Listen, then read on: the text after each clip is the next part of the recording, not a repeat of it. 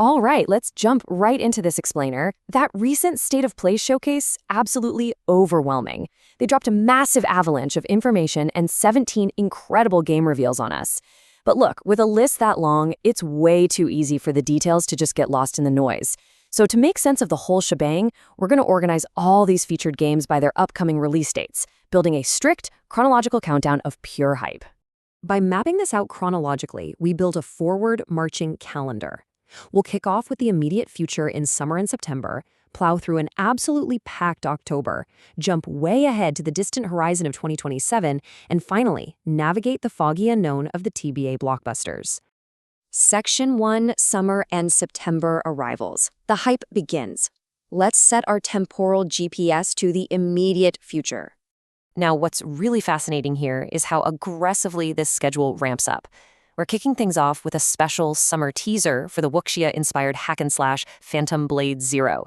But from there, we launch straight into August and right into a highly stacked late September, where release dates are quite literally overlapping. Before we hit that late September traffic jam, August 6th brings us Marvel Tokon Fighting Souls. And get this, the villains are taking center stage here. Led by Doctor Doom, you've got characters like Magneto and the Green Goblin battling for the world in a dedicated story mode. Then, shortly after on September 25th, we're getting Animusha Way of the Sword. Guys, this is a massive deal. It's arriving a whopping 20 years after the last mainline game. It proves publishers are finally tapping into that deep nostalgia and pairing it with modernized mechanics. You'll play as the legendary swordsman Musashi, facing off against the ferocious Sutendoji before transforming into the legendary Animusha. And stepping into that late September window means stepping into a deeply eerie atmosphere. You know the words, "In my restless dreams, I still see that Scottish town." Because September 24th is a massive double feature, and you're going to have to make a tough choice. On one side, we have Control Resonant, Remedy's sci-fi sequel, where we follow Dylan Faden dealing with a powerful resonance right after the FBC's lockdown. Or, on the flip side, you've got Silent Hill Townfall. Here, protagonist Simon Ordell has to survive a terrifying Scottish town. You can fight with an axe or try sneaking past hungry monsters using a radio as a distraction. I mean, that is a brutal choice for one single day. Moving on to Section 2, the packed October schedule. Seriously, prepare your wallets, because this is where the release calendar truly explodes. October wastes literally zero time. As you can see, we are getting 4 massive, highly anticipated titles dropping in the very first days of the month alone.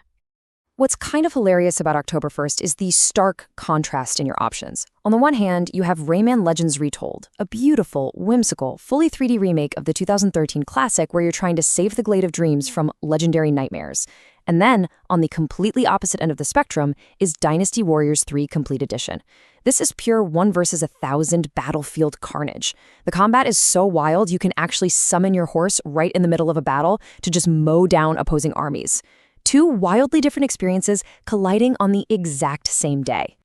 But wait, it doesn't stop there. Just 1 day later on October 2nd, Ace Combat 8, Wings of Thief drops. You're playing as a legendary savior pilot, but the story is hinting at deep geopolitical drama and, get this, a possible imposter flying under your name. Then, rounding out the month, Moon Studios is finally bringing No Rest for the Wicked out of early access for its full, brutal 1.0 action RPG launch on PS5. All right, Section 3, looking ahead to 2027. Let's leave this year behind for a minute and gaze a bit further over the horizon, where the scale of these games starts to get genuinely massive. Looking out into the distance, we finally have a firm date for a slightly delayed heavy hitter on February 10th, alongside a triad of intense, mysterious titles, all aiming for a general 2027 window. That firm February 10th date belongs to Tomb Raider Legacy of Atlantis, and honestly, the delay looks completely worth it. Lara Croft starts out in the snowy mountains of Peru before transitioning to warmer, incredibly dangerous locales. She's dodging spear traps with incredible acrobatics, fighting bears, using her iconic dual pistols, the works. But the real showstopper? The gameplay culminates in Lara's sprinting away in a massive escape sequence from a literal T-Rex and a raptor. Just another day at the office for Lara, right? Shifting gears into that broader 2027 window, we have Kimori. This is the brand new co-op action game from Ikumi Nakamura's studio, and it is heavily steeped in Japanese folklore, where you're out hunting yokai. But what makes this really stand out is the traversal. You are running vertically up buildings, gliding down skyscrapers on hoverboards, and engaging in highly mobile hack-and-slash combat. It looks phenomenal. And 2027 is serving up a real showdown for horror fans. First up, Until Dawn 2 returns to its choice-driven structure. This time, a group of ghost hunters staging paranormal content find themselves fighting for survival on a totally new island. Contrast that with Ovile, which is pure, filthy, nerve-rattling survival horror. It is built entirely around grotesque mutations and desperate combat inside a research facility gone horribly wrong. So you've got two totally distinct, terrifying flavors to look forward to. Finally, Section 4, the TBD blockbusters. Let's enter the foggy unknown of the TBA list to wrap up our explainer. So we've mapped out the calendar up to 2027, but that still leaves the absolute giants of the showcase, the heavy hitters that, frustratingly, are still hiding their release dates. Let's dive right into these massive upcoming titles. First up on the TBA list is Insomniac's Marvel's Wolverine. And wow, they are pulling absolutely no punches here. This is an original story inspired by the comics, following James Logan Hollett as he tries to regain his memories. The combat? Exceptionally gory. We're talking parrying, stylish executions, and a full berserker rage mechanic. We even saw a real-time healing, regeneration mechanic when Logan takes fatal damage. And, to top it all off, Jean Grey actually joins the fray to assist him with her telepathic powers. It's gonna be wild. But you know, perhaps the wildest TBA reveal of the entire lineup is Laufey from Sony Santa Monica. You are actually playing as Kratos' wife, Faye, awakening in an unknown fantasy realm. She's vastly more mobile than Kratos, launching enemies into sick mid-air combos. But the best part, she's armed with magic, a talking sword named Rue, and she's accompanied by a literal sentient cube named Frank who provides combat backup. You're definitely going to need all three of those to take down the fiery-haired giant warrior we saw in the footage.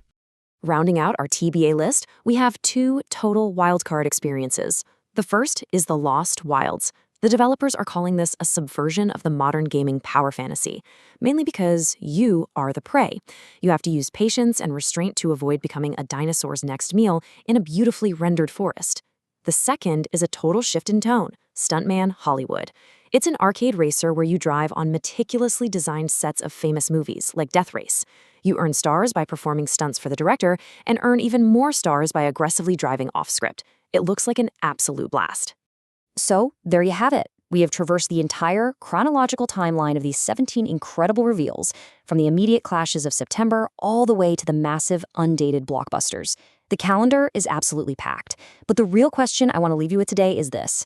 With a lineup this stacked, spanning across so many different worlds, what are you going to play first? And more importantly, does this massive diversity in genres signal a new golden age for PlayStation? Let us know what you think.